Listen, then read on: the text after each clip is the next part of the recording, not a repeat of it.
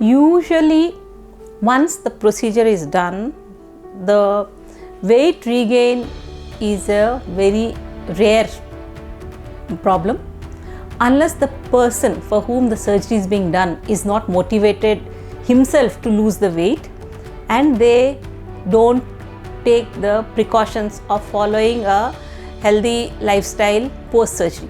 Post surgery, we require the person to at least change their lifestyle. See, you have had a bad lifestyle, bad eating habits, and you have gained this weight and you're suffering because of the weight.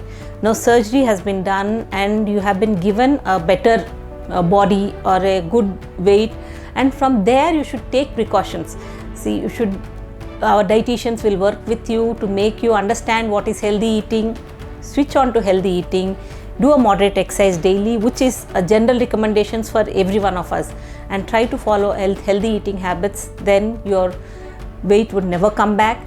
And if your weight comes back for any reason, like if you have got because so many centers are doing this type of surgeries, so if you got a restrictive procedure done and then you are so much obese that the restrictive procedure itself is not able to give you a weight loss, then we can always convert it to a malabsorptive procedure to give you additional weight loss. So a redo surgery can be done, but the indications for the redo surgery should be very scientific. It is not that we have done the surgery and you have not utilized the surgery fully and then you think that we can keep doing more and more surgeries to give you weight loss. No.